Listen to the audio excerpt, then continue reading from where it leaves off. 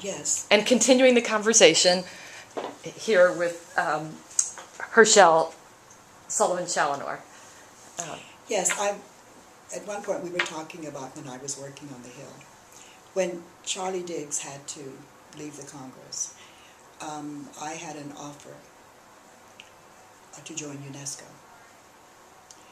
UNESCO had at one time an office in Washington, but they hadn't had one there for at least a decade.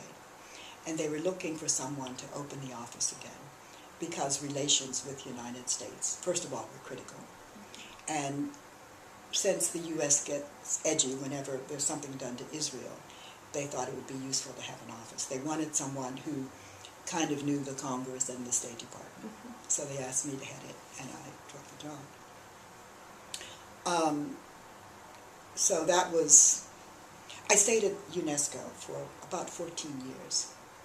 And so I guess it's the longest I've done anything. And that was my second favorite job. It was just extraordinary. Working in an international setting. I remember, well, at one point when I went back to work from UNESCO headquarters, because I worked first in Washington as the liaison, head director of the liaison office there. And then I went to New York to the Office of the United Nations to be their representative to the United Nations. And you were the highest ranking, were you not, director of? No, I was not a director of, I was not a direct, no, let me be more clear.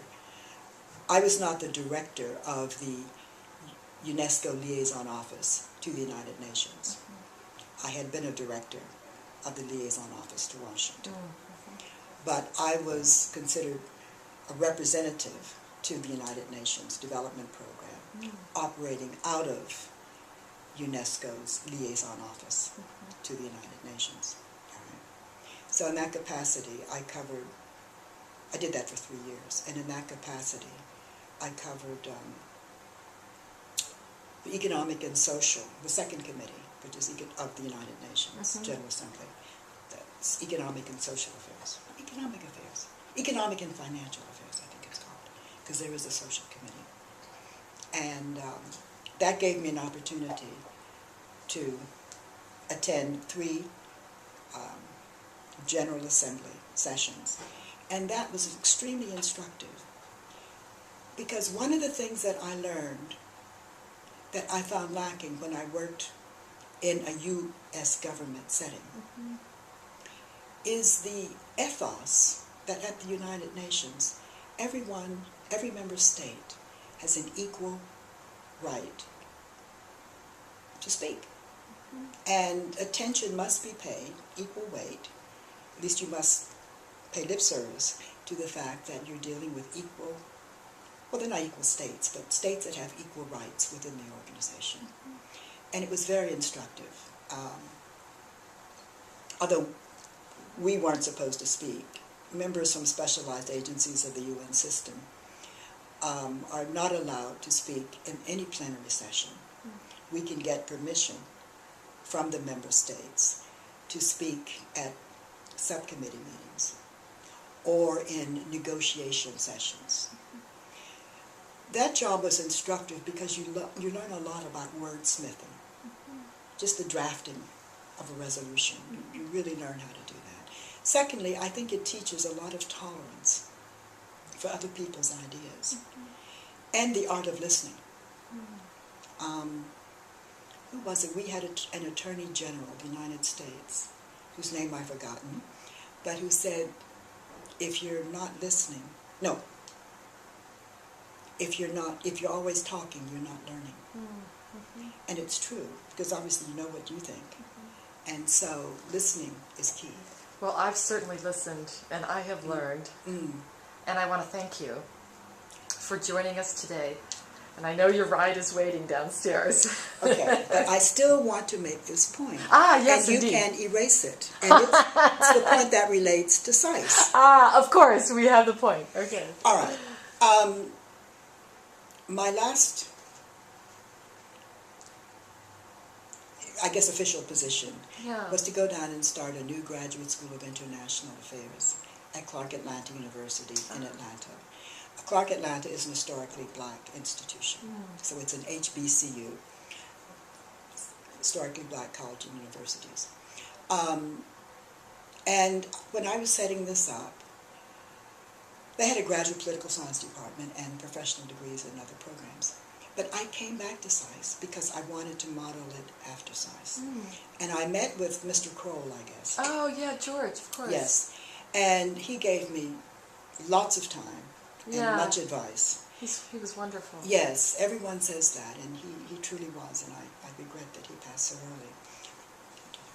But the whole notion of having specializations in a discipline as well as a region, I modeled that. I took that model and used it in that school.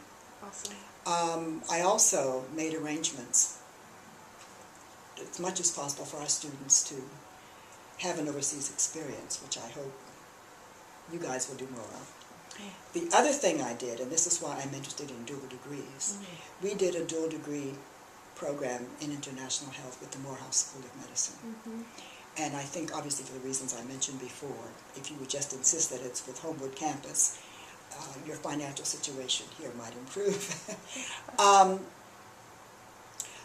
But it was critical for those students to do internships.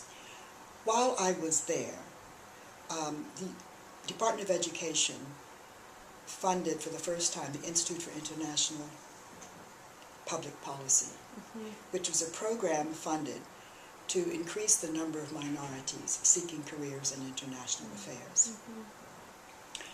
And we, Clark Atlanta, and our school in particular, managed that grant for 10 years. And the first group, they take courses for most of the summer, but I insisted that the last week be spent visiting New York and Washington. Mainly New York for the UN, Washington for the State Department, USAID. And in both of those cities, I always took them to Columbia University, and I brought them to SAIS. And the purpose of that is because this particular funded program pays for a master's degree in international affairs. And so I, in effect, was trying to recruit students for you. Well, continue, please. Well, Clark Atlanta no longer runs the program. The last time I heard, Spelman College does. And they have continued that model of the 1 year. I think we recruit at Spelman. Well, you haven't... They're telling you to shut up. Okay. I've talked to your admissions, is it, director, as you know, and or maybe you don't know. You need to get that, because and I gather that the Spelman portion of it, Morehouse still works well because they have a person who worked with USAID and he understands the importance. The woman who runs the International Institute, well, there's an African now, but he did African-American studies, and I don't know why they chose someone who does African-American studies to do it, because it's more domestic. But, or Africans in the diaspora, whatever it is, but it's the same thing. I can't touch the table. But quite a few of those students then did go to Columbia or SAIS. And often what I admired about when Kroll was here, they would always invite someone from Georgetown, someone from American. Yeah, just those other. No, and George Washington. Those three to come to get this briefing. It was really telling students how to prepare their essays when they apply to these institutions and get a better feel for the curriculum. So I wanted that on the record because I think it is an important program. As the United States goes through its demographic change, it's quite clear that minorities are going to be increasingly important in this country. And obviously, since we're dealing with a global community, it's more important. They used to say, as you know, when America gets a cold, everybody else sneezes. And now we're sneezing because of the economic problems in Europe, because of the Arab Spring and the implication of that on our defense policy, and so I think it's very important. Well, we're paying attention, and we've always, SAIS always has a lot to learn as it continues to be at the forefront of thinking, and it has to constantly be innovative. And we listen to our alumni for good ideas as we think about change. So, thank you so much. So appreciate you being here today.